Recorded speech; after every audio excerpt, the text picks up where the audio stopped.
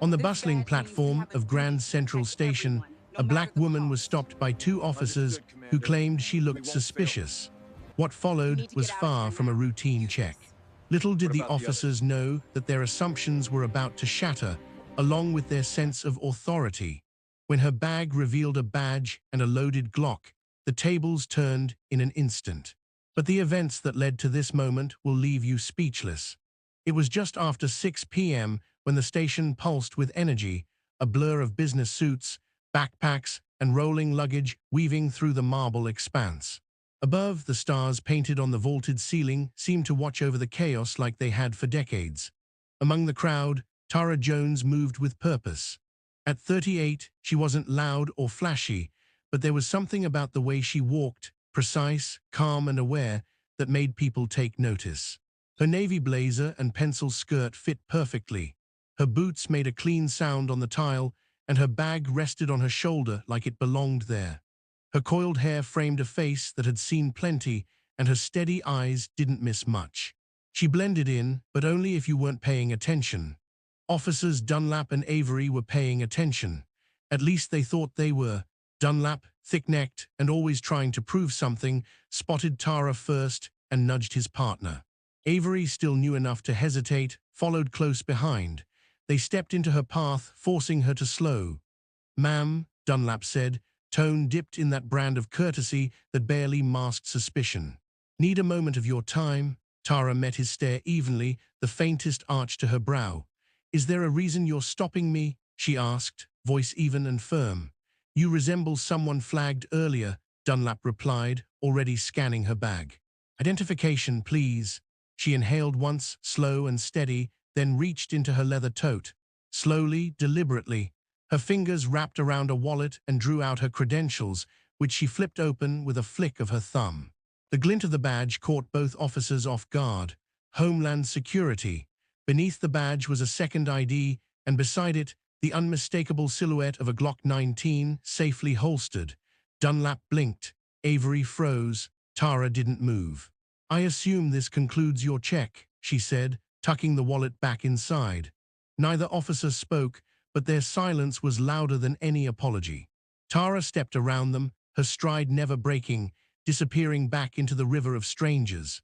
Behind her, the two men stood dumbfounded, watching as authority they thought they owned slipped through their fingers.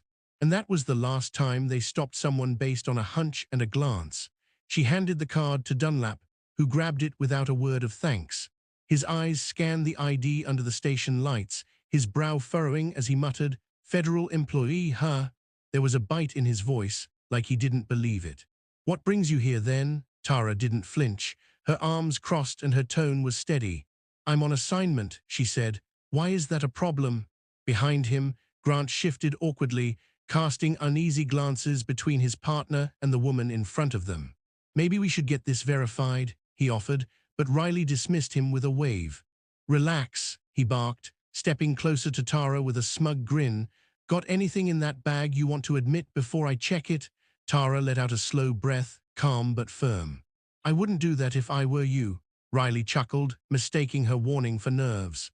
"We'll see," he said, and without waiting, he yanked the zipper open. Whatever confidence, he had vanished the second he saw what was inside. His hand hovered over a government badge, CIA credentials unmistakable under the light, and next to it, a Glock resting in a secured holster. His face went pale. Grant stepped back like the air had been knocked out of him. Tara reached into the bag and retrieved her ID, her eyes locked onto Riley's.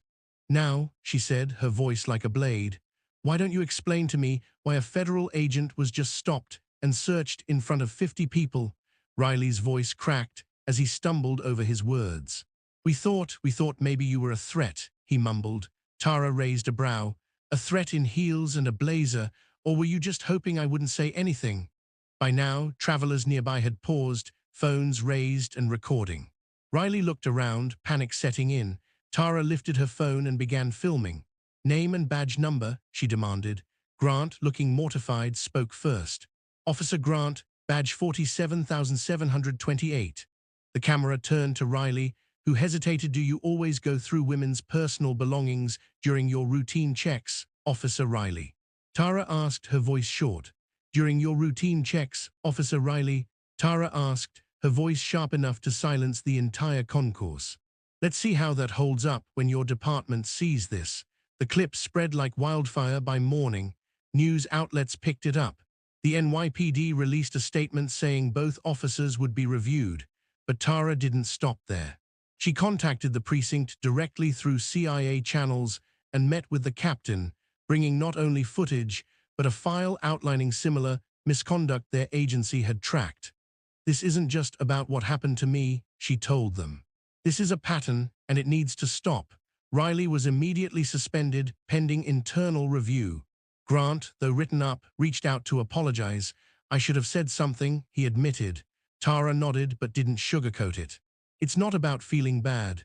It's about making sure it doesn't happen again. Days later, Tara passed through the same terminal, this time unnoticed. She found her seat on the train, the city rolling by outside the window. A text buzzed on her phone. Mission complete. Good work. She smiled. What started as a moment of disrespect had turned into a wave of accountability.